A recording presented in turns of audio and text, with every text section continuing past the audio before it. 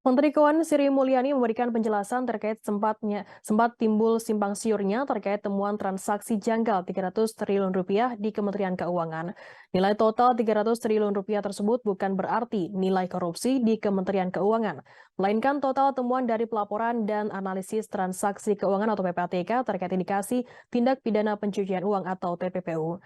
Data tersebut dikirimkan ke Kemenkeu sebagai salah satu penyidik tindak pidana asal pada periode 2009 hingga 2023. Hal itu disampaikan oleh Sri Mulyani di Gedung Kementerian Koordinator Bidang Politik Hukum dan Keamanan Jakarta pada Senin 20 Maret. Sri Mulyani mengatakan PPATK mengirimkan sekitar 300 surat terkait indikasi TPPU kepada Kemenkeu. Adapun total temuannya mencapai sekitar 349 triliun rupiah. Sebanyak 300 surat temuan PPATK yang dikirimkan ke Kemenkeu secara garis besar terbagi menjadi tiga. Pertama, berkaitan dengan transaksi berbagai entitas non-pegawai Kemenkeu. Kedua, surat yang ditujukan kepada aparat penegak hukum. Ketiga, surat terkait indikasi TPPU yang melibatkan pegawai non-Kemenkeu. Jika dilihat berdasarkan nominalnya, surat berkaitan dengan transaksi terindikasi TPPU, badan usaha atau perorangan, non-pegawai Kemenko menjadi temuan PPATK yang paling besar. Sri Mulyani mengatakan terdapat 65 surat berisi transaksi keuangan dari perusahaan atau badan usaha atau perseorangan yang tidak menyangkut pegawai Kemenko dan dengan nilai indikasi TPPU mencapai 253 triliun rupiah. Kemudian 99 surat lainnya merupakan temuan PPATK yang dikirimkan kepada aparat penegak hukum dengan nilai transaksi 74 triliun rupiah. Lalu terdapat 135 surat terkait transaksi mencurigakan yang berkaitan dengan pegawai Kemenkeu.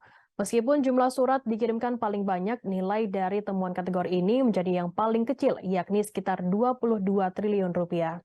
Terkait dengan temuan yang berkaitan dengan pegawai Kemenkeu, Sri Mulyani memastikan bahwa pihaknya telah melakukan penindakan. Pegawai yang ditemukan bersalah terkait temuan PPATK tersebut disebut telah dikenakan sanksi, terkena penurunan pangkat, hingga terkena hukuman penjara. Salah satu contohnya kasus yang sudah ditindaklanjuti oleh Kemenkeu yakni kasus pencucian uang dan korupsi pegawai pajak golongan 3A Gayus Halomuan Partahanan Tambunan. Sri Mulyani mengatakan nilai dan transaksi TPU berkaitan dengan Gayus mencapai 1,9 triliun rupiah. Sri Mulyani juga menyinggung nama mantan Direktur Pemeriksaan dan Penagihan atau DP Ditjen Pajak Angin Prayitno Aji.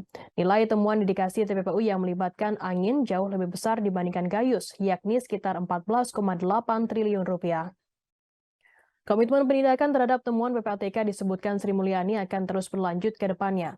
Yang memastikan Kemenkeu secara proaktif meminta kepada PPATK menjalankan tugas menjaga keuangan negara dengan cara mengirimkan surat temuan indikasi transaksi mencurigakan ke Kemenkeu.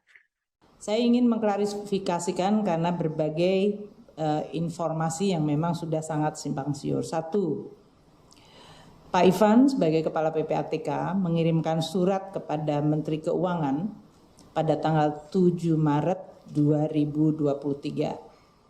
Surat dengan nomor SR 2748 garis miring AT.01.01 garis miring 3 Romawi garis miring 2023 7 Maret 2023. Surat dari Kepala PPATK ini berisi seluruh surat-surat PPATK kepada Kementerian Keuangan terutama Inspektorat Jenderal dari periode 2009 hingga 2023.